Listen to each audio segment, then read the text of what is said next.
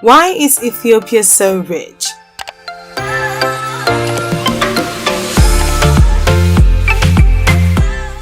At the Horn of Africa is a blocked-in country, Ethiopia, formerly known as the Federal Republic of Ethiopia, with an estimated nominal GDP of $122.591 billion and a PPP of $401 billion.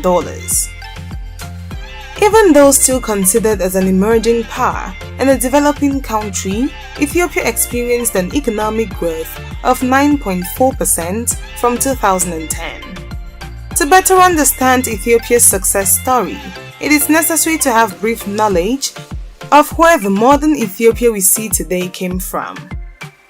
In its recent multinational and border state, Ethiopia was formed under the conquest of Emperor Menelik II.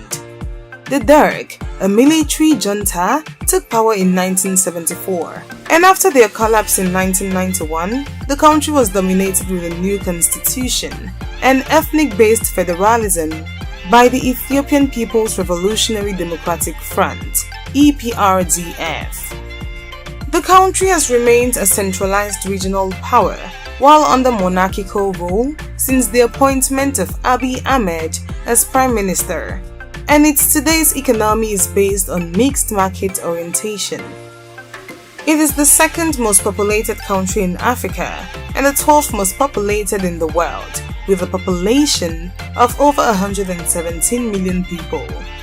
Despite its low per capita gross national income, Ethiopia has been one of the fastest growing economies in the world over the past 15 years.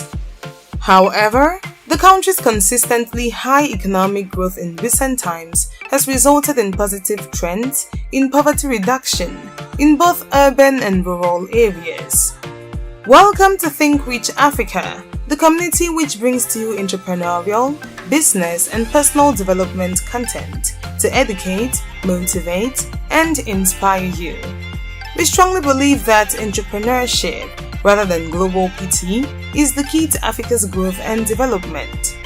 And we thereby introduce you to our special African development playlist. So if you're African and aren't subscribed to our community, you're missing out. Ethiopia's capital. Addis Ababa, often referred to as the political capital of Africa because of its diplomatic, historical, and political significance for the continent, is Ethiopia's sprawling capital, bordering the Great Rift Valley in the highlands. It is headquarters of major international organizations like the African Union and the United Nations Economic Commission for Africa, ECA. The city is specially surrounded by the zone of Oromia, and its population is made up of people from different parts of Ethiopia. The city's Human Development Index is high, and it is known for its lively culture, well-built fashion scene, high involvement of youths, growing art, and for having the most rapid economic growth.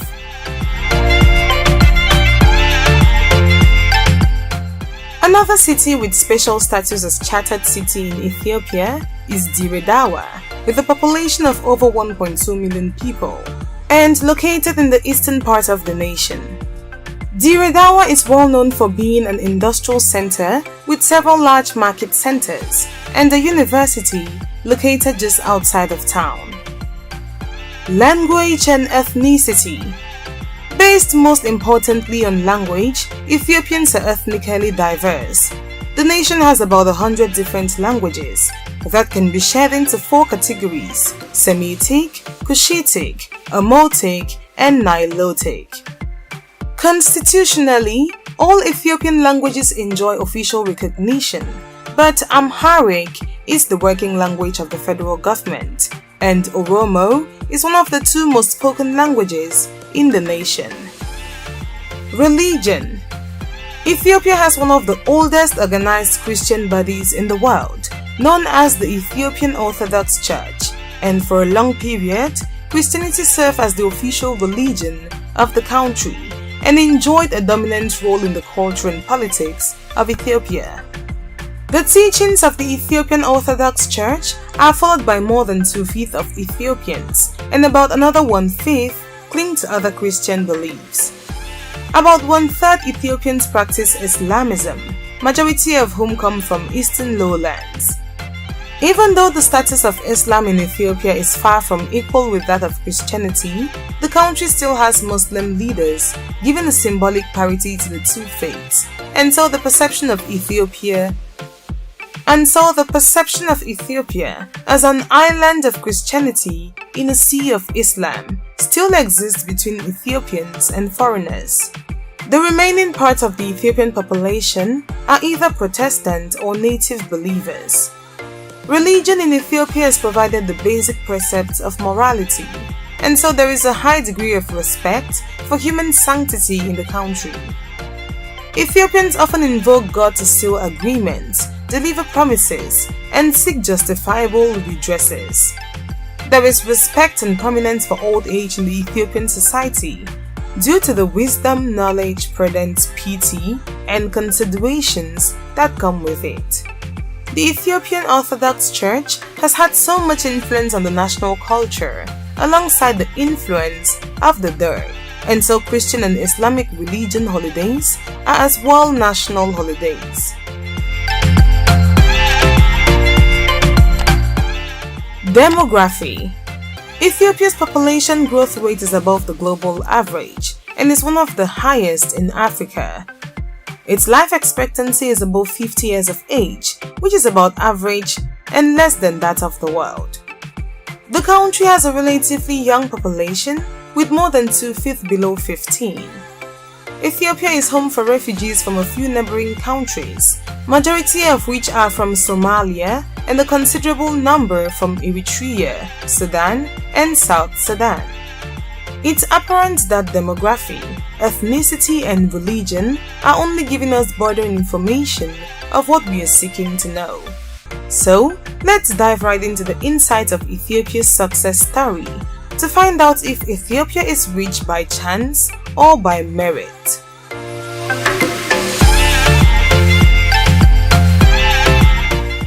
Economy.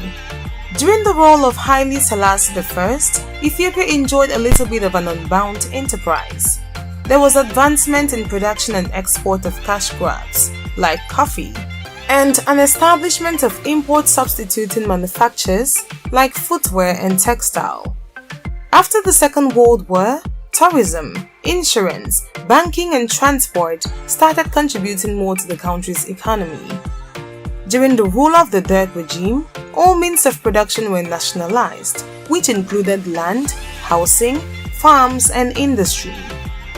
Conditions in the rural areas of Ethiopia keep improving due to the attention the government is giving to rural development.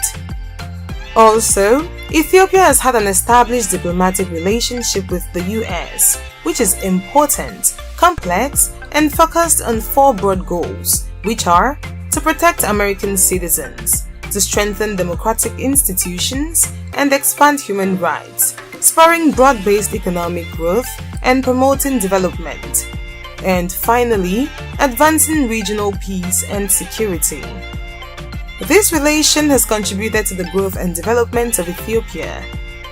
Also, the World Bank is assisting the fight of poverty and stepping up living standards in Ethiopia.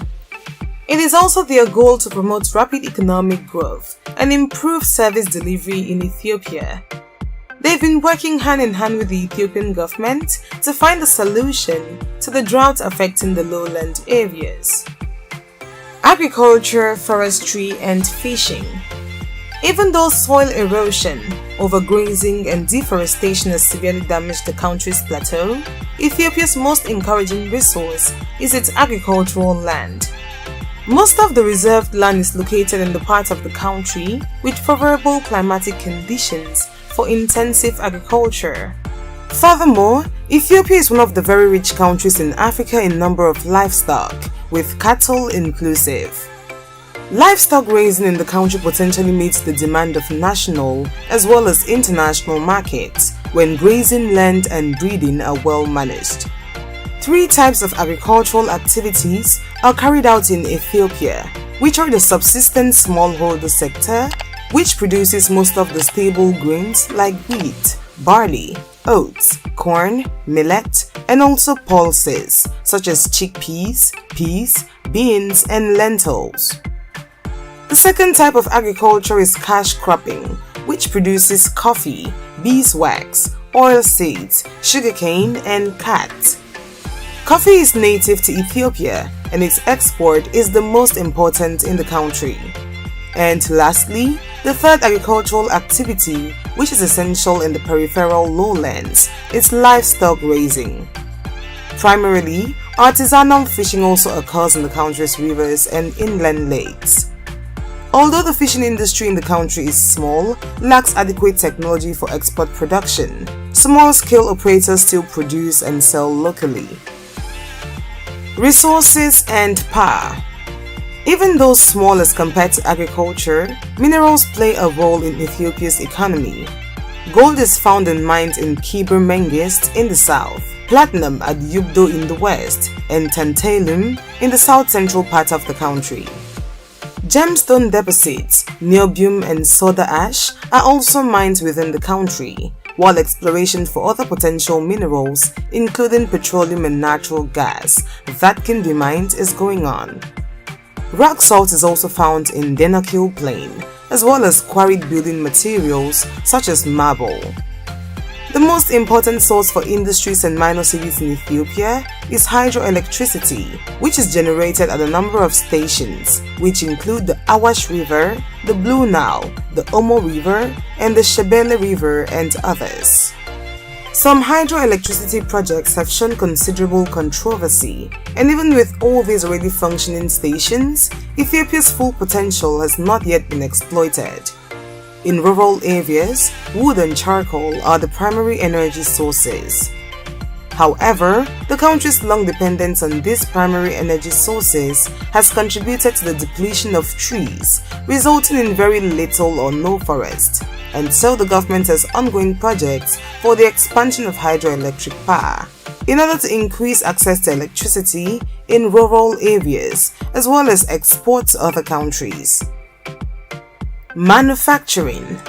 More so, 1/10 of Ethiopia's GDP comes from modern manufacturing, whose products are basically for domestic consumption. Among the most essential products are processed food and beverages, textiles, tobacco, leather and footwear, and also chemical products.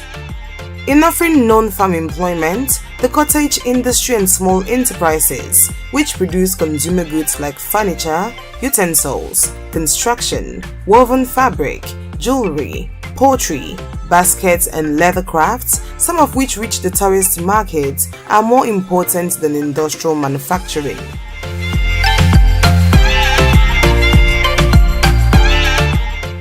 Finance. Ethiopia has a national bank known as the country's central bank, which issues national currency, the birr, and is also responsible for the regulation functions.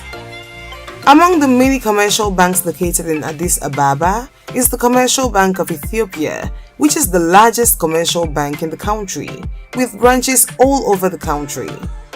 Loans for agriculture, livestock and investment, and even manufacturing are being provided by the Development Bank of Ethiopia. However, many financial institutions extend their loans for business and real estate development. Trade. Exportation in Ethiopia is almost entirely for agricultural products like coffee, which is the primary foreign exchange earner. Other products for exportation include cat, hides and skins, oilseeds, live animals, and gold. While chemical products, machinery and transport equipment accounts for most of the value of imports.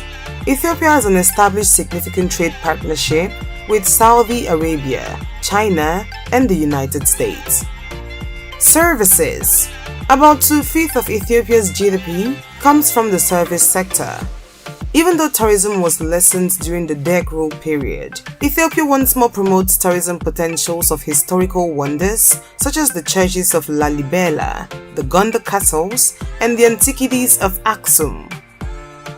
Equally, the diversity of Ethiopia's people, their culture and the natural beauty of their land is also attractive. Labor and taxation. According to Ethiopian law, all workers in the country are allowed to participate in unions, except civil servants. Also, the country has labor organizations like the Confederation of Trade Unions, which is an umbrella of a number of autonomous federations and is the largest in the country as compared to the also projecting Ethiopian Teachers Association. More than half of Ethiopian government's budget typically comes from tax revenue, and so improvements have been made in the collection of essential taxes like import duties, income/profit tax, and sales tax, which have contributed to a rise in the tax revenue. Transportation. The road system in Ethiopia has been one among the more successful developments in the country. Above 926 kilometers of Ethiopia's standard gauge railways are electrified. 656 kilometers between Addis Ababa and the port of Djibouti, and 2,670 kilometers between the country's capital Addis Ababa and the twin cities of Dessie and Kombolcha.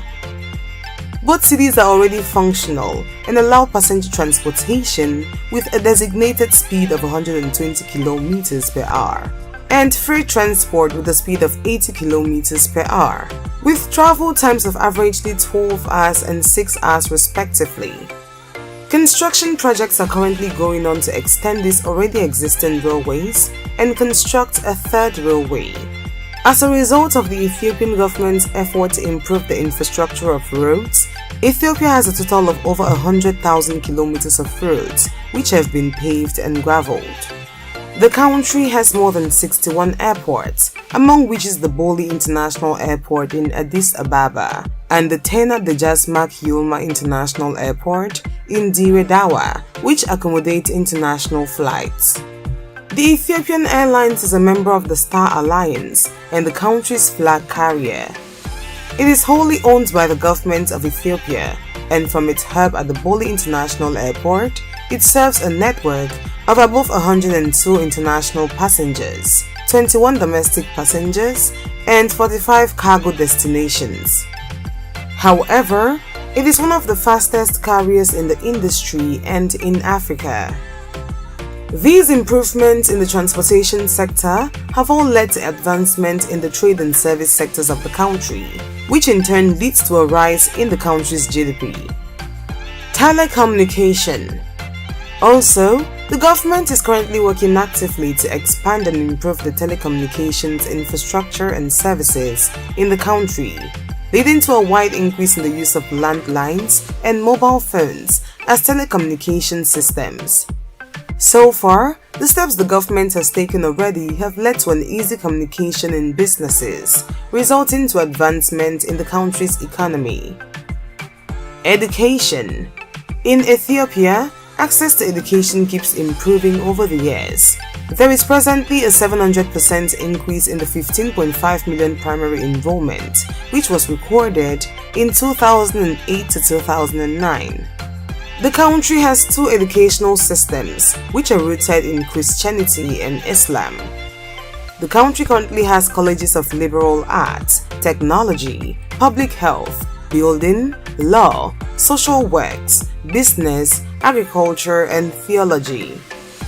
Public education is free at primary, secondary, and tertiary levels, and so there is a significant boost in enrollment for especially girls into schools across all regions of the country. The literacy rate of the country has greatly increased for both female and male. Health and welfare. Poor sanitation and malnutrition have been alarming health issues in Ethiopia, but due to improvement in education, medicines, and hospitals in the country, there is a considerable reduction in these health issues and advancement in birth rate, infant mortality rate, and death rate witnessed throughout the country in recent years.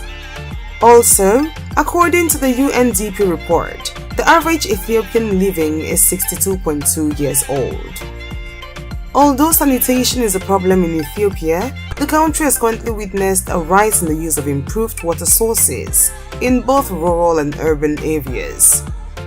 Reports from the WHO states that there are above 119 hospitals and 412 health centers in Ethiopia. Sports and entertainment. The main sports in Ethiopia are track and field and football.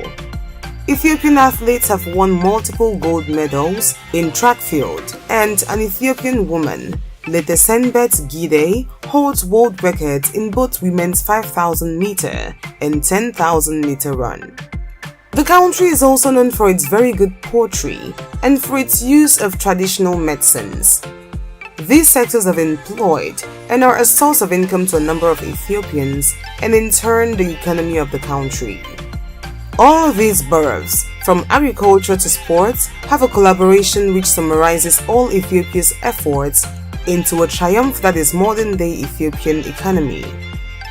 To every Ethiopian who is yet to feel the actual implications of economic growth and therefore doubts their country, our message to you from a path of faith is, change is coming for you, your children, and their generations. If you enjoyed watching this video, leave a thumbs up, subscribe, and be a member of our ever-growing community here at Think Rich Africa. Thanks for watching and see you in another exciting but educative video.